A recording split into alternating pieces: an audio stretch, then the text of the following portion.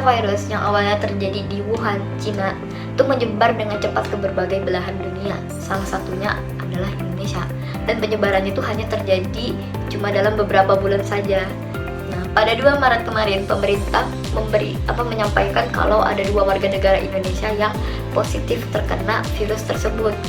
Jadi pada Maret kemarin, Kemendikbud itu memutuskan untuk mengubah yang awalnya kita belajarnya itu secara tatap muka langsung di kampus, itu berubah menjadi belajar dari rumah dan dilakukannya secara daring. Nah, daring itu kan singkatan dari dalam jaringan. Jadi kita belajarnya secara online, bisa melalui Zoom, Google Classroom, Google Meet, terus ada WhatsApp, Facebook, atau aplikasi lainnya. Tergantung pengajarnya mau belajarnya via apa. Nah, adanya perubahan tersebut memberikan pengaruh kepada para mahasiswa. Jadi dari hasil survei kami ke teman-teman tentang tentang pengaruh pandemi terhadap produktivitas mereka selama kuliah online ini, itu hasilnya 73% mengatakan kalau mereka nggak produktif. Sedangkan 73 itu kan angka yang termasuk besar kan ya. Jadi mereka 73% itu mengatakan mereka merasa menjadi kurang produktif selama pandemi ini. Nah, karena mereka merasa kurang produktif karena kurang motivasi. Nah, dan rasa kurang motivasi ini itu menjadi penyebab timbulnya rasa malas. Jadi rasa malas itu kondisi di mana seseorang itu merasa enggan untuk melakukan pekerjaan atau melakukan sesuatu, atau mereka tuh menghindari pekerjaan atau hal yang seharusnya mereka kerjakan. Jadi perilaku malas itu bisa berupa dua. Yang pertama, mereka lebih mengutamakan untuk melakukan hal yang gak penting daripada melakukan hal yang penting, sehingga jatuhnya nanti mereka jadi menunda-nunda pekerjaan. Terus yang kedua, udah cuma berdiam diri doang, gak ngapa-ngapain. Nah, jadi dari data survei kami itu sebanyak 56,9% menjawab kalau hal terbesar yang menjadi penyebab timbulnya rasa malas itu adalah gadget. Terus yang terbesar kedua itu dengan suara 53,4% itu adalah godaan kasur. Terus ada lagi 4 hal lainnya, yaitu jadwal tidur yang gak teratur, terus koneksi internet, lalu tidak ada yang mengawasi saat lagi kuliah online, dan peralatan kuliah yang tidak lengkap.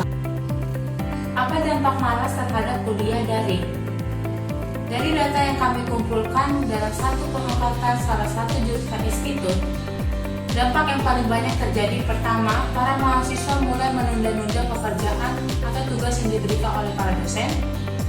Kedua, para mahasiswa mulai tidak menangkap atau kurang memahami materi yang diberikan oleh dosen. Ketiga, para mahasiswa mulai hanya absensi saja tetapi tidak menyimak materi yang diberikan oleh para dosen. Keempat, para mahasiswa mulai mengerjakan tugasnya asal-asalan. Kelima, para mahasiswa mulai melewatkan jam kuliahnya. Dampak-dampak lainnya berdasarkan data, yaitu para mahasiswa kurang bersosialisasi, banyaknya tugas dari dosen tetapi simpel, dan yang terakhir paranoid kepada para mahasiswa yang sudah mengerjakan tugasnya duluan, dan yang lain-lain. Bagaimana jangka panjangnya? Pertama, para mahasiswa tidak dapat ilmu dalam perkuliahan.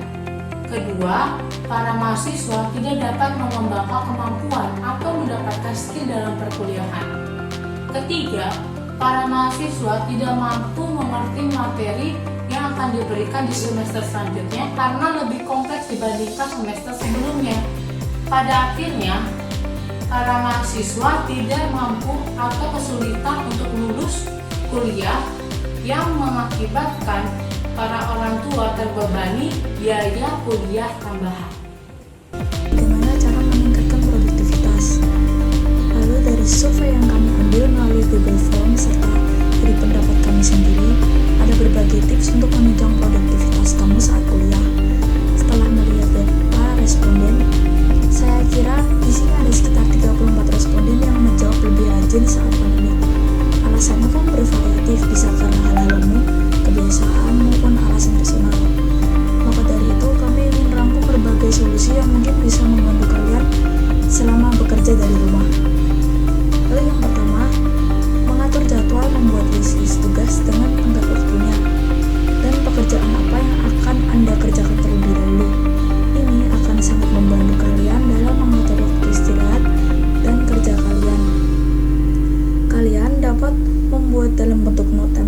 maupun melalui aplikasi.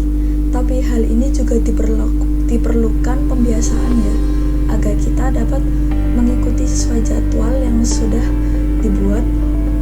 Lalu memakai aplikasi, kalian bisa menggunakan aplikasi schedule di Play Store jika kalian menggunakan Android.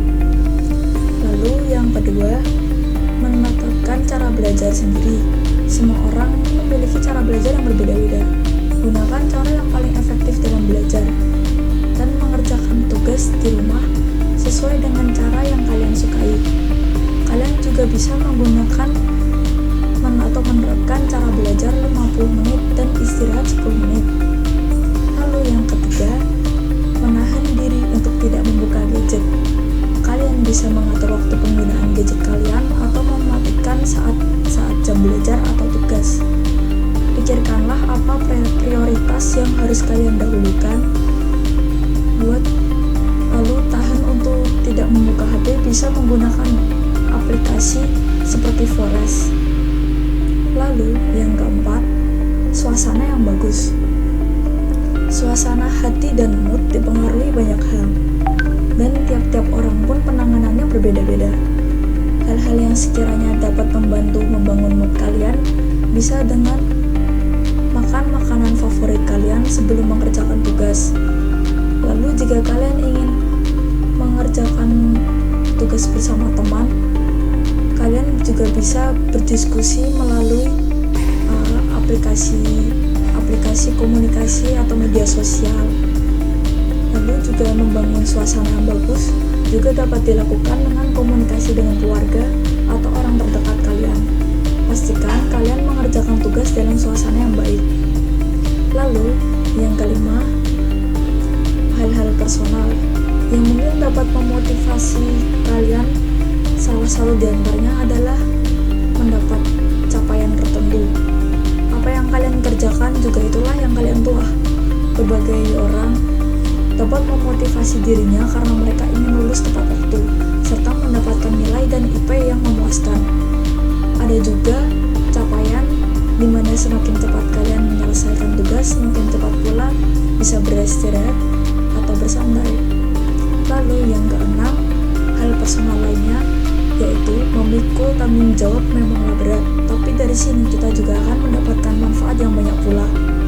Pikirkanlah orang-orang yang sudah membantu kalian, memberikan support yang begitu besar karena ingin kalian kuliah dan sebagainya. Support ini dapat diperoleh entah dari kenalan, teman, pacar, dan yang utama adalah keluarga. Nah, itu tadi teman-teman penjelasan kenapa sih kita harus melawan rasa malas kita. Tadi sudah dijabarkan, apa sih itu rasa malas? Kenapa sih kita kok bisa malas? Apa aja sih dampak buat kita, baik jangka pendek maupun jangka panjangnya, dan apa aja tips buat menghindari rasa malas itu dengan meningkatkan produktivitas kita. Dan yang mau aku tekankan di sini adalah penting banget nih buat kita untuk memutus rantai lingkaran setan yang sudah disebutkan tadi. Karena kalau nggak diputus dari sekarang, ya siklus kita bakal kayak gitu terus. Dan itu bakal boros waktu sih. Rasa malas itu wajar kok. Karena dia bisa menyerang siapapun, dimanapun dan kapanpun. Tapi tentu nggak selayaknya rasa malas ini kita ladeni, karena itu adalah hal yang negatif. Sebenarnya rasa malas itu justru menjadi tantangan besar untuk diri kita sendiri. Ketika rasa malas itu hadir, pilihan kita hanya ada dua, mau menuruti atau tidak dituruti. Kalau menuruti rasa malas, ya nanti dampaknya akan seperti yang sudah dijelaskan tadi. Tapi kalau kita tidak menuruti nafsu malas kita, maka capaian-capaian besar kita akan semakin dekat kita raih. Dari semua solusi yang sudah kami tawarkan, yang paling penting adalah niat kita. Kalau kita nggak punya niat yang kuat, ya gimana mau melawan rasa malas kita? Sia-sia solusi yang udah ditawarkan. misalnya kita udah nempel, udah bikin ngatur jadwal tapi kita nggak ada niat yang kuat, ya sama aja. Nah, oleh karena itu di sini kami mengajak teman-teman semua untuk yuk kita coba melawan rasa malas yang sering ada pada dalam diri kita. Dan terakhir, coba tanamkan kalimat ini ke dalam benak kalian. Malas adalah musuh terbesarku. Maka mulai saat ini, aku harus paksa diriku untuk maju. Gapai semua cita-citaku, dan aku akan menjadi versi terbaik untuk diriku.